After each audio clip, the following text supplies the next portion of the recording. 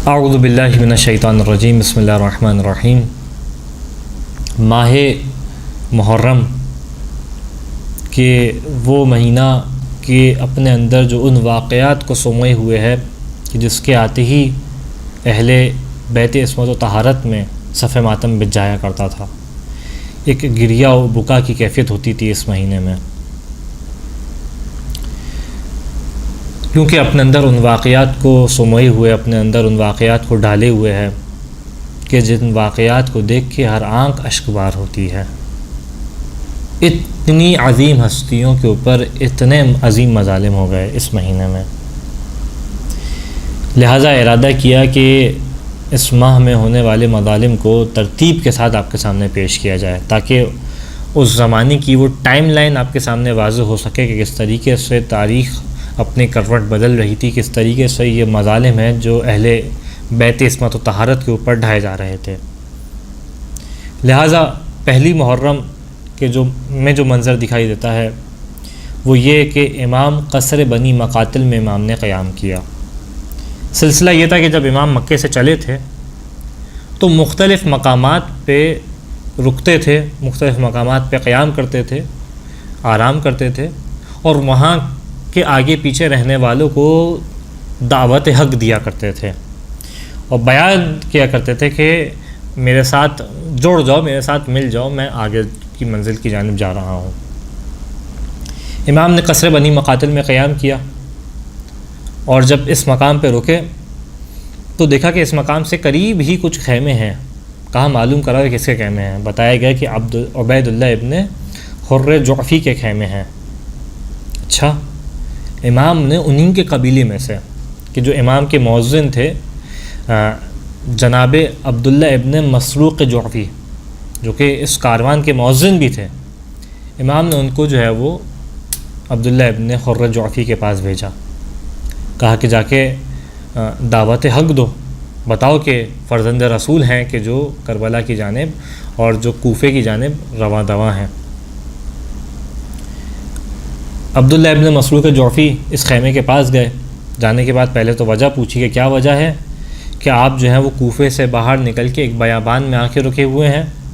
اور یہاں پہ اس طریقے سے اپنے خیمے نصب کیے ہوئے ہیں؟ تو عجیب جواب تھا جو دیا، کہا کہ مجھے معلوم ہے کہ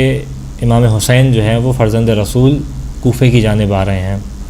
میں نہیں چاہتا کہ میرا سامنا فرزند رسول سے ہو، میں نہیں چاہتا اس بات کو، لہٰذا میں جو ہوں اس کوفے سے باہر نکل کے اس مقام پہ رکا ہوا ہوں۔ یہ پیغام لے کے جو ہے وہ امام حسین علیہ السلام کی خدمت میں آئے اور اس طریقے سے بیان کیا کہ اس طریقے سے معاملہ ہے۔ جب یہ جملے سنے تو امام حسین خود اٹھ کے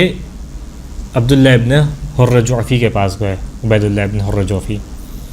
اور آنے کے بعد جو ہے وہ خود پیغام حق دیا اور خود جو ہے وہ عبداللہ ابن حر جعفی کو حق کی جانب پکارا۔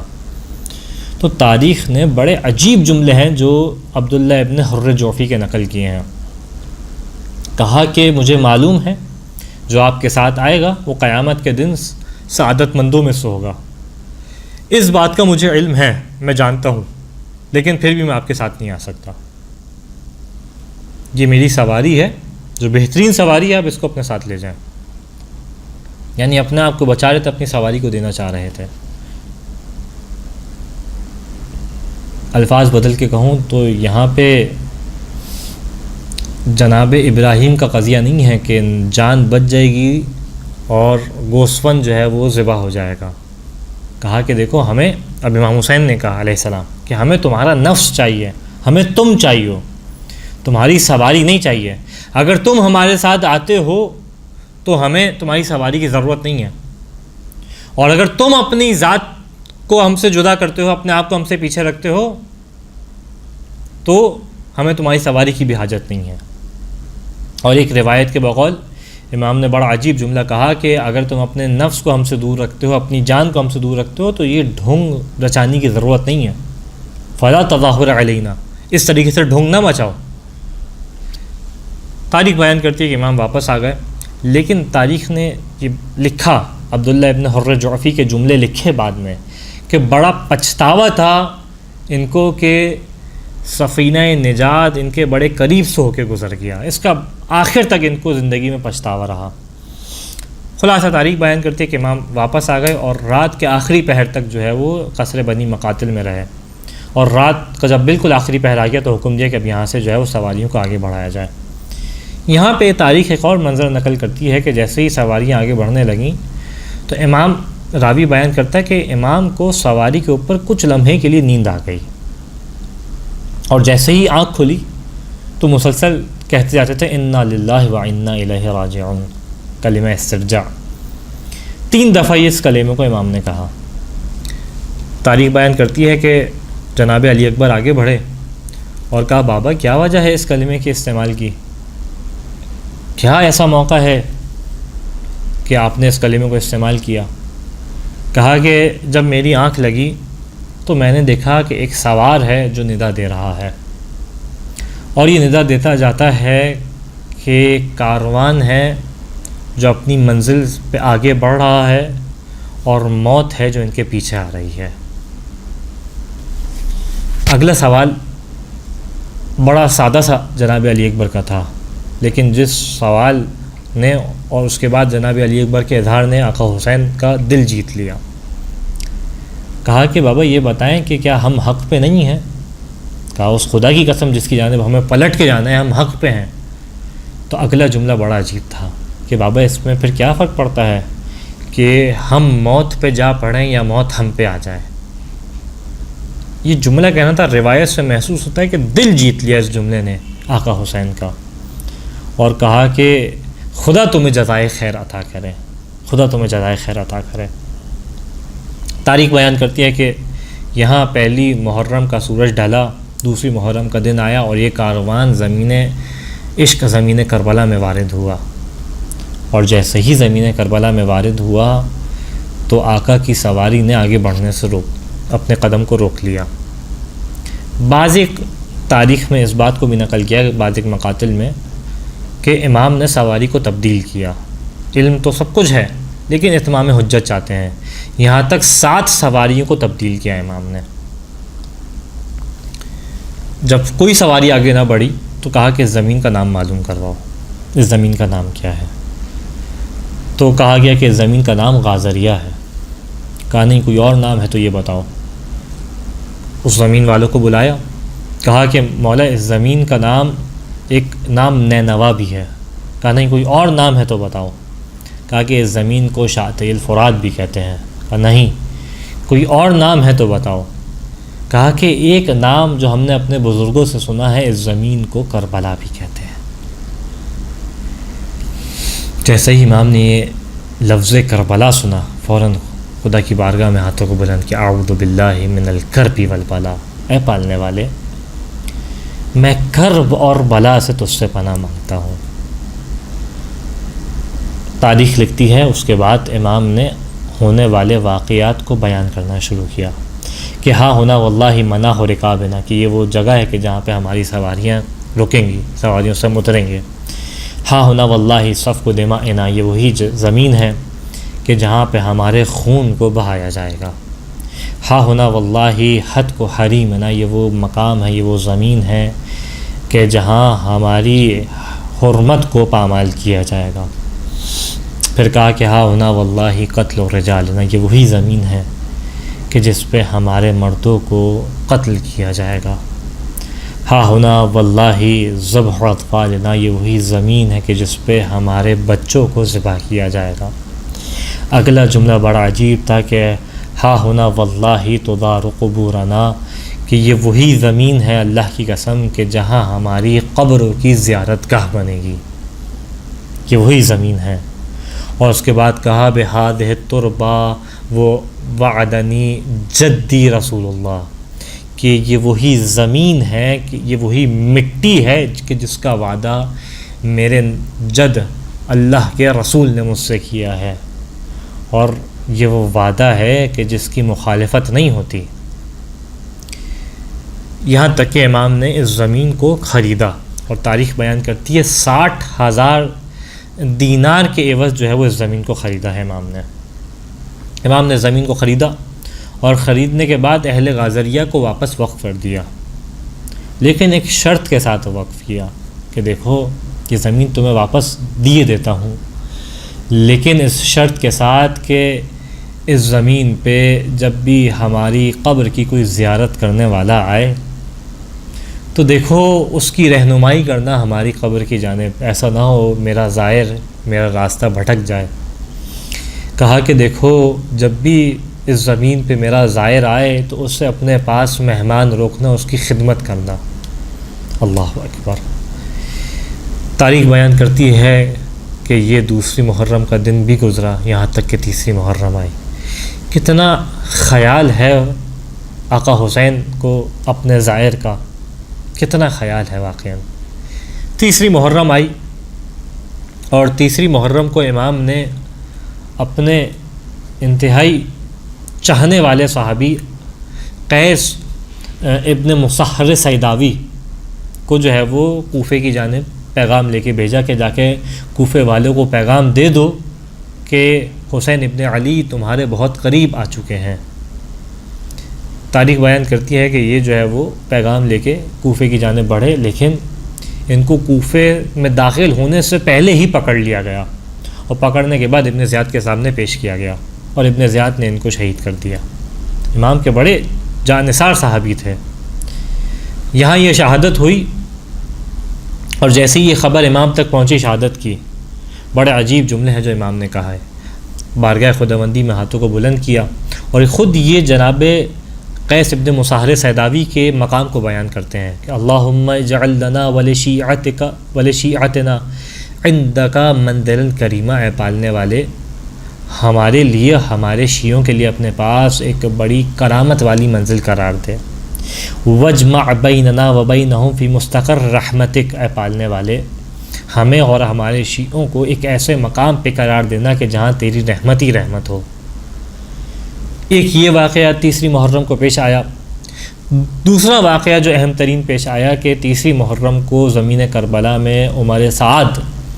اپنے 6000 کے لشکر کے ساتھ وارد ہوا۔ جیسے ہی زمین کربلا پہ وارد ہوا، اس نے آقا حسین کی جانب پیغام بھجوایا اور ایک اپنی جانب سے پیغام رسا کو بھیجا کہ معلوم کرو کہ حسین کیا چاہتے ہیں، کس لیے یہاں پہ آئے ہیں۔ تاریخ یہ بھی بیان کرتی کہ جب یہ امام حسین کی جانب بھیجنا چاہتا تھا کسی پیغام رسا کو، تو اس کے لشکر میں کوئی جانے کے لیے تیار نہیں تھا، کیونکہ یہ وہی لوگ تھے جنہوں نے خطوط لکھے تھے امام کو۔ تاریخ کے جملے ہیں یہ، جانے کے لیے تیار نہیں تھے، شرمندہ تھے فرزند رسول سے۔ لیکن تاریخ لکھتی ہے کہ ایک شقی نے اس ذمہ داری کو قبول کیا، امام کی خدمت میں پہنچا۔ قرہ ابن قیس حنظلی اس کا نام نقل کیا گیا۔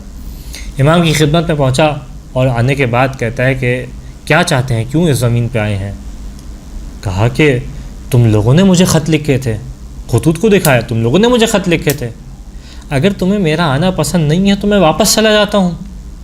یہ اس پیغام کو لے کے جو ہے عمر سعد کے پاس آیا۔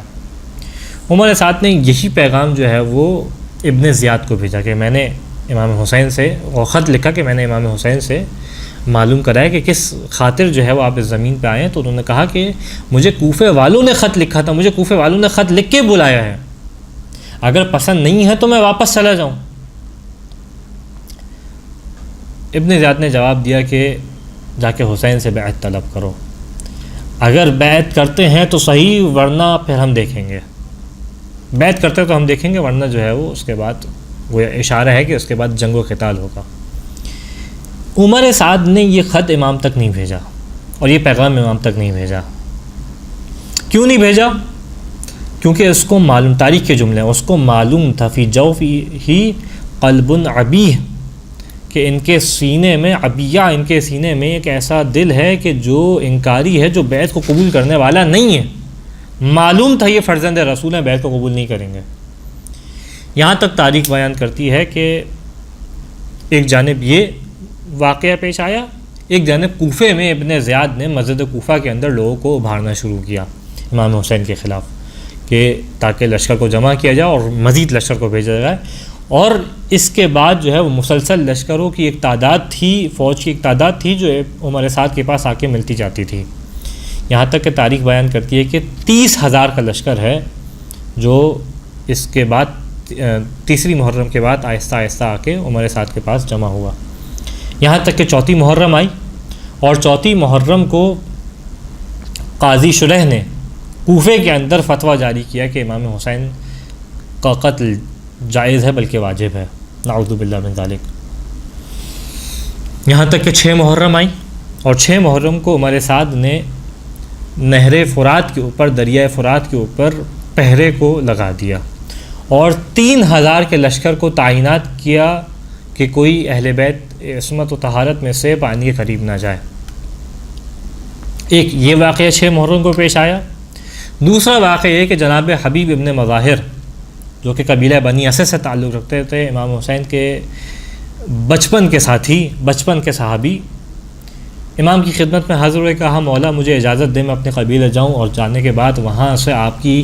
مدد کے لیے اپنے قبیلے والوں کو لے کے آؤں۔ امام نے ان کو اجازت دی۔ یہ رات کی تاریکی میں بڑے ہی خاموشی سے اپنے قبیلے تک پہنچے تاکہ کسی کو کان و کان خبر نہ ہو، اور وہاں پہ جا کے جو ہے وہ مردوں کو جمع کیا، کہا دیکھو فرزند رسول ہیں، ان کا دفاع واجب ہے ہمارے اوپر، ان کا ساتھ دینا واجب ہے ہمارے اوپر، اور اپنے قبیلے سے مردوں کو تیار کر کے کربلا کی جانب آگے بڑھیں۔ لیکن عمر سعد کے کسی جاسوس نے یہ بات عمر سعد تک پہنچا دی کہ قبیلہ بنی اسد کے جوان ہیں جو امام حسین کی مدد کے لیے آ رہے ہیں۔ تاریخ لکھتی ہے کہ راستے میں ہی عمر سعد کے سپاہیوں نے ان کے اوپر حملہ کیا اور کہیں کو شہید کر دیا اور جو باقی بچے واپس بھاگ گئے، یہاں تک کہ جناب حبیب بن مظاہر بڑی خاموشی سے چھپ کے کسی طریقے سے امام حسین تک واپس پہنچے۔ یہاں تک تاریخ لکھتی ہے کہ 6 محرم کا سورج ڈھلا، 7 محرم کا دن آیا، اور یہ وہ دن تھا کہ جس کے بعد امام حسین کی عمر سعد سے ملاقاتیں شروع ہوئیں، اور عمر سعد نے امام کو خط لکھا کہ میں چاہتا ہوں آپ سے ملاقات کروں، مذاکرات کروں، اور جو ہے مذاکرات کا سلسلہ شروع ہوا، اور انہی میں امام حسین نے علیہ السلام نے عمر سعد کو وعظ و نصیحت کی کہ اور بیان کیا کہ تم کس طریقے سے ہمارے خلاف ہو، کس طریقے سے ہمارے اوپر جو ہے وہ ظلم کر سکتے ہو، اگر تمہیں خدا کا خوف نہیں ہے، کس طریقے، مفہوم روایت بیان کر رہا ہوں کہ تمہیں خدا کا خوف نہیں ہے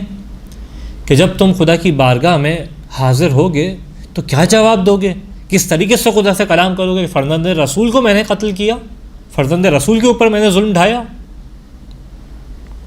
تو جواب میں کہتا ہے کہ مولا مجھے ڈر ہے کہ ابن زیاد میرے گھر کو ڈھا دے گا، گھر کو تباہ کر دے گا۔ کہا کہ میں تمہیں اس سے بہتر گھر بنا کے دوں گا۔ امام نے کہا کہ مولا میرے باغات ہیں، عمر سعد ابن زیاد ان باغات کے اوپر قبضہ کر لے گا۔ کہا کہ تمہیں اس سے زیادہ مالیت میں تمہیں حجاز میں دوں گا، یعنی تمام اتمام حجت کرتے جا رہے ہیں، یہاں تک کہ ایک جملہ اس نے ایسا کہا کہ امام بھی خاموش ہو گئے۔ کہا کہ مولا مجھے اپنے بچوں کا خوف ہے۔ اس کے بعد امام نے کچھ جواب نہیں دیا، اور یہی وہ گفتگو ہے جس کے اندر امام نے اس کو یہ بھی بتایا تھا کہ دیکھو تمہیں رے کی حکومت کی گندم تک نصیب نہ ہوگی، تو جواباً اس نے کہا تھا مولا میں جو پہ گزارا کر لوں گا، یعنی اس کو یہ معلوم تھا کہ امام حق پہ ہیں، یہ نہیں کہہ رہا کہ آپ باطل پہ ہیں، یہ معلوم تھا کہ میں باطل پہ ہوں، لیکن دنیا کی محبت ہے کہ جو سینے میں اتنی آ چکی ہے کہ جس کے سبب جو ہے یہ امام کا ساتھ نہیں دے رہا، دنیا کی محبت ہے۔ یہاں تک کہ تاریخ بیان کرتی ہے کہ 7 محرم کو ابن زیاد نے عمر سعد کو خط لکھا اور کہا کہ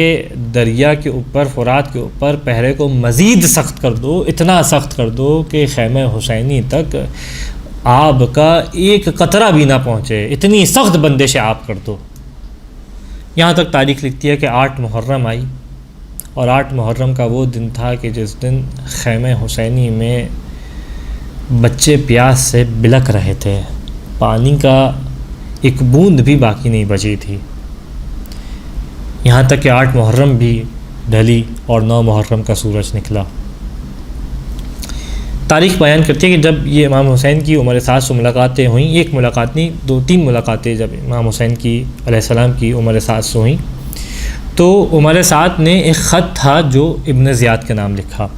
اور کہا کہ میں نے فتنے کی آنکھ کو بجھا دیا ہے، اور اب جو ہے وہ مسلمانوں میں خون نہیں بہایا جائے گا، کیونکہ حسین اس بات کے لیے راضی ہو گئے ہیں کہ یہ واپس مدینہ چلے جائیں۔ تاریخ بیان کرتی ہے کہ جب یہ خط ابن زیاد تک پہنچا تو وہیں پہ شمر لعین بھی موجود تھا، اور جب یہ خط پہنچا تو اس نے جو ہے وہ ابن زیاد کی جانب اس بات کی جانب اشارہ کیا کہ دیکھو یہ عمر سعد ہے کہ جو حسین سے نرمی برتنا چاہتا ہے۔ یہاں تک کہ ابن زیاد نے شمر لعین کو خط دیا، اور خط لے کے یہ جو ہے وہ کربلا پہنچا، اور خط کے اندر یہ تھا کہ دیکھو اگر تم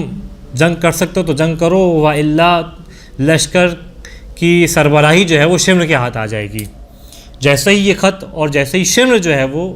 کربلا میں پہنچا تو دیکھتے ہی عمر سعد نے اس کو کہا کہ اے لعین، اے خبیث، اے دشمن خدا، مجھے معلوم ہے تو کس ارادے سے آیا ہے۔ کہا کہ تو خدا تیرے اوپر عذاب نازل کرے، تیری قبر کا نشان مٹا دے، میں نے جتنی محنت کی تھی سب تو اس کے اوپر تو نے پانی پھیر دیا ہے۔ یہاں تک کہ عمر سعد نے 9 محرم کے دن جو ہے وہ امام حسین کے لشکر کے اوپر حملہ کیا اور لشکر کشائی کرنا چاہتا تھا۔ امام نے جو ہے وہ مولا ابوالفضل عباس علیہ السلام کو ابن زیاد کے عمر سعد کے پاس بھیجا کہ کہا کہ اس سے کہو کہ 1 رات کی مہلت مزید دے دے۔ بڑا مشکل تھا مولا عباس کے لیے اس طریقے سے مہلت کو مانگنا، لیکن آپ گئے، آپ نے جو ہے وہ 1 رات کی مہلت طلب کی اور 1 رات کی مزید مہلت دی گئی۔ تاریخ بیان کرتی ہے کہ 9 محرم کے دن ہی شمر لعین نے مولا عباس اور آپ کے بھائیوں کو امان نامہ دینے کی آفر کی کہ آپ جو ہے وہ امام حسین کا ساتھ چھوڑ دیجئے، آپ کو امان ہوگا، کیونکہ یہ جو تھا ننیالی طریقے سے ایک رشتہ ملتا تھا۔ لیکن مولا نے کیسے، جو وفا کا پیکر ہو کس طریقے سے اپنے آقا کو چھوڑ سکتا ہے، ٹھکرا دیا اس امان نامے کو کہ اگر ہوں کیسے ہو سکتا ہے فرزند رسول کو امان نہ ہو اور مجھے امان ہو، ٹھکرا دیا اس امان نامے کو۔ یہاں تک کہ 9 محرم کا سورج ڈھلا، شب عاشور آئی، وہ تاریخ کے وہ رات کے جس کے بارے میں راوی بیان کرتے ہیں کہ خیمہ حسینی سے عبادت کی اس انداز سے آواز آتی تھی کہ گویا محسوس ہوتا تھا جیسے شہد کی مکھی سے کے چھتے سے مکھیوں کے بنبنانے کی آواز آتی ہے، اس انداز سے خیمہ حسینی سے آواز آ رہی تھی۔ ایک جانب عبادتیں تھیں، ایک جانب تجدید عہد تھا جو امام حسین کے ساتھ کیا جا رہا تھا، کہ تاریخ بیان کرتی ہے کہ چراغ کو غل کر دیا اور کہا کہ دیکھو تم نے یہاں تک ساتھ دیا، میں تمہارا مشکور ہوں، تم لوگ واپس چلے جاؤ۔ تاریخ بیان کرتی ہے کہ یہاں اصحاب وفا نے بڑے عجیب انداز سے اپنے نفس کو امام کے سامنے پیش کیا۔ کبھی مسلم ابن اوسجہ آگے بڑھتے ہیں، اَنَحْنُ نَخْلِ عَنْكَ وَلِمَا نَعْذِرُ إِلَى اللَّهِ فِي أَدَاءِ حَقِّكَ، اے مولا کیا اس کٹھن موقع پہ ہم آپ کا ساتھ چھوڑ دیں، آپ کو تنہا چھوڑ دیں؟ یہ کیسے ہو سکتا ہے؟ کس طریقے سے بارگاہ خداوندی میں جواب دیں گے مولا؟ کس طریقے سے ہم جواب دیں گے کہ آپ کے حق کو ہم نے کیا ادا کیا، اس موقع پہ آپ کا ساتھ چھوڑ کے چلے گئے؟ یہاں تک کہ زہیر ابن قین آگے بڑھتے ہیں اور کہتے ہیں کہ اگر 1000 دفعہ مارا جائے، 1000 دفعہ اٹھایا جائے اور سب آپ کی دفاع میں کیا جا رہا ہو، مولا میں کبھی آپ کے ساتھ سے جدا نہیں ہوں گا۔ کبھی مسلم ابن اوسجہ پھر کہتے ہیں کہ اے مولا جب تک میرے ہاتھ میں تلوار ہے میں جب تک آپ کا دفاع کرتا رہوں گا، تیر چلاتا رہوں گا۔ اے مولا اگر ہاتھ میں تلوار نہ رہی، زمین کربلا سے پتھروں کو اٹھاؤں گا اور آپ کا دفاع کروں گا۔ تاریخ لکھتی ہے یہ شب بھی گزری اور پھر وہ روز آیا کہ جسے روز عاشور کہتے ہیں، کہ جو اکبر کی جوانی سے جس کا آغاز ہوا اور حسین کی ضعیفی پہ جس کا اختتام ہوا۔ ہاں وہ دن کہ جس کے بارے میں پہلے ہی امام حسن مجتبیٰ علیہ السلام فرما چکے تھے کہ لا یومک یومیک یا ابا عبداللہ، کہ اے ابا عبداللہ آپ کے دن جیسا کسی کا دن نہیں ہے، آپ کے دن جیسا کسی کا دن نہیں ہے، کہ جس کے بارے میں میرا 8واں امام کبھی کہتا ہے کہ لقد بقت السماوات السبع والارضون، کہ یہ اس دن وہ مصیبت آئی کہ جس مصیبت کی وجہ سے ساتوں آسمان نے گریہ کیا، تمام زمینوں نے گریہ کیا، جس مصیبت کی وجہ سے وہ مصیبت جو ہے وہ آقا حسین کے اوپر آئی۔ وَأَمْطَرَتِ السَّمَاءُ الدَّمَا وَتُرَابَ أَحْمَرَ، کہ یہ وہ مصیبت تھی کہ جس کے سبب جو ہے وہ آسمان نے خون برسایا اور زمین خشک ہو گئی۔ یہاں تک کہ وہ مصیبت کی تاریخ بیان کرتی ہے کہ زمین حجاز سے جب بھی کسی پتھر کو اٹھایا جاتا تو ایک خون کا فوارہ تھا جو جاری ہو جایا کرتا تھا۔ خداوند متعال سے دعا ہے کہ ان آنے والے ایام کے اندر خوب حسین کی ادا کرنے کی توفیق عطا فرما، ان آنے والے ایام میں امام کے اوپر گریہ و بکا کرنے کی توفیق عطا فرما، مجالس ادا کے اندر خلوص نیت کے ساتھ بپا کرنے کی توفیق عطا فرما، ان کے اندر شرکت کی توفیق عطا فرما۔ وآخر الدعوان ان الحمد للہ رب العالمین۔